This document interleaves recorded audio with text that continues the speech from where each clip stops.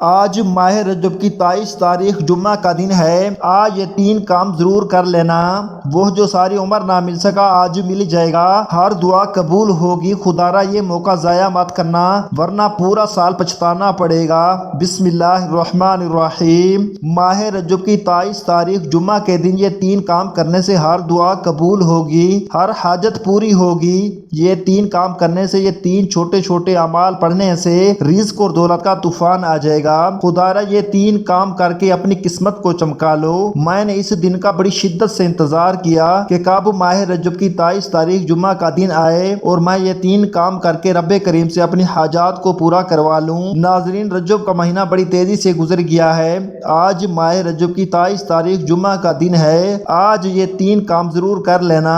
ابھی بھی بہت سی بہنیں، بیٹیاں، مائیں، بزرگ ایسے ہیں جو رجب کے مہینے کو لاپرواہی میں گزاریں گے۔ اگر آپ میں سے بھی کوئی رجب کے مہینے کو لاپرواہی میں گزار رہا ہے تو میری آپ سے ہاتھ جوڑ کر گزارش ہے کہ آپ ماہ رجب کی 23 تاریخ جمعہ کے دن یہ چھوٹے چھوٹے 3 اعمال ضرور پڑھ لو۔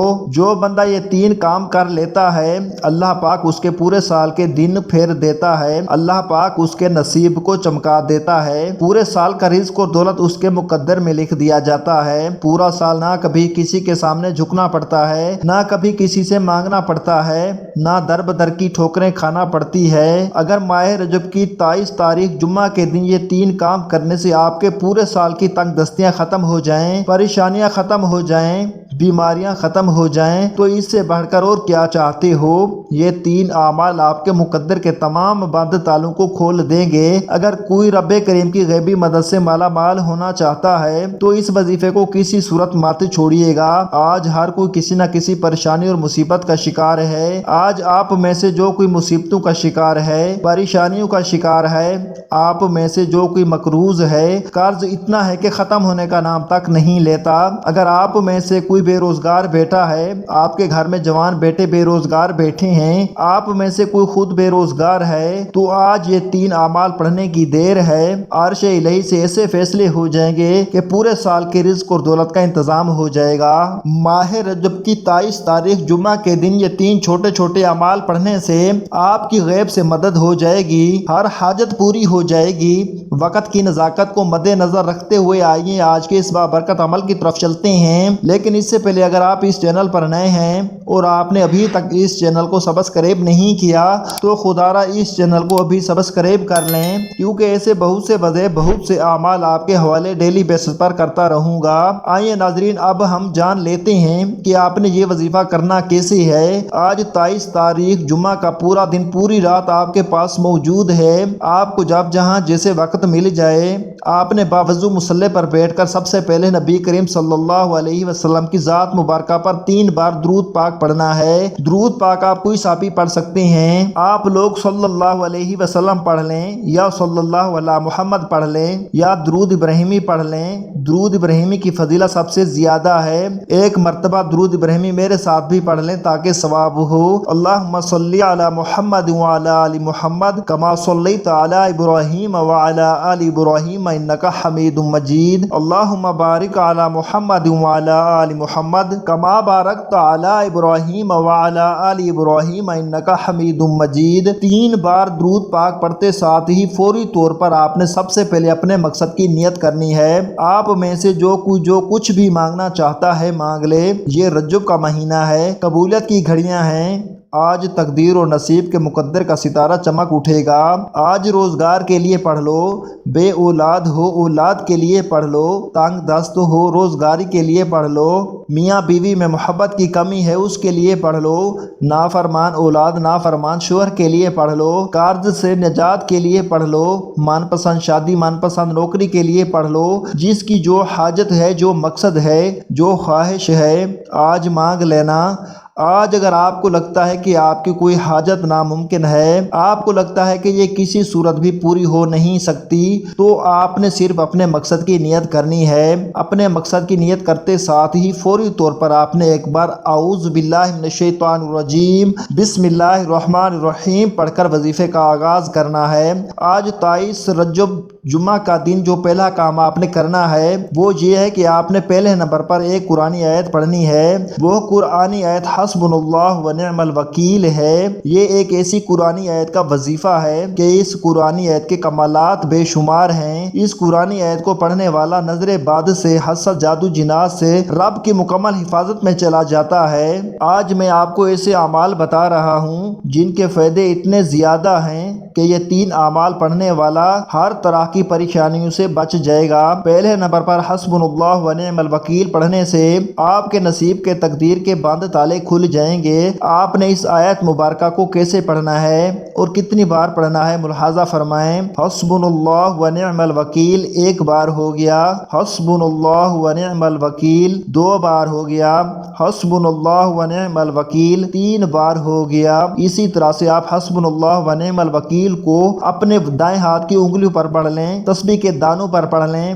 آپ نے صرف 11 بار پڑھنا ہے۔ بس ایک بات ذہن میں رکھیں کہ جب آپ لوگ اس وظیفے کو پڑھنے کے لیے بیٹھیں تو جلد بازی مت کیجیے گا، خلوص دل سے پورے یقین کے ساتھ اس وظیفے کو پڑھنا ہے۔ صرف 2 سے 4 منٹ کے اندر آپ یہ وظیفہ پڑھ لیں گے۔ اس میں ہمارے لیے ہی بہتری ہے۔ اگر ہم اپنی بہتری کے لیے 2 سے 4 منٹ نکال نہیں سکتے تو زندگی میں ہم لوگ کبھی بھی کامیاب ہو نہیں سکتے، کیونکہ یہ وہ وظائف ہیں، یہ وہ اعمال ہیں کہ جب بھی بندہ پڑھتا ہے اس کو کامیابی لازمی ملتی ہے۔ جب آپ 11 بار حسبناللہ و نعم الوکیل کو پہلے نمبر پر پڑھ لیں تو اس کے بعد فوری طور پر دوسرے نمبر پر جو وظیفہ آپ نے پڑھنا ہے وہ وظیفہ لا الہ الا اللہ محمد رسول اللہ کا وظیفہ ہے۔ یہ کلمہ طیبہ مومنوں کی پہچان ہے۔ یہ وہ کلمات ہیں جسے پڑھنے والا پورے سال کے رزق و دولت سے مالا مال ہو جاتا ہے۔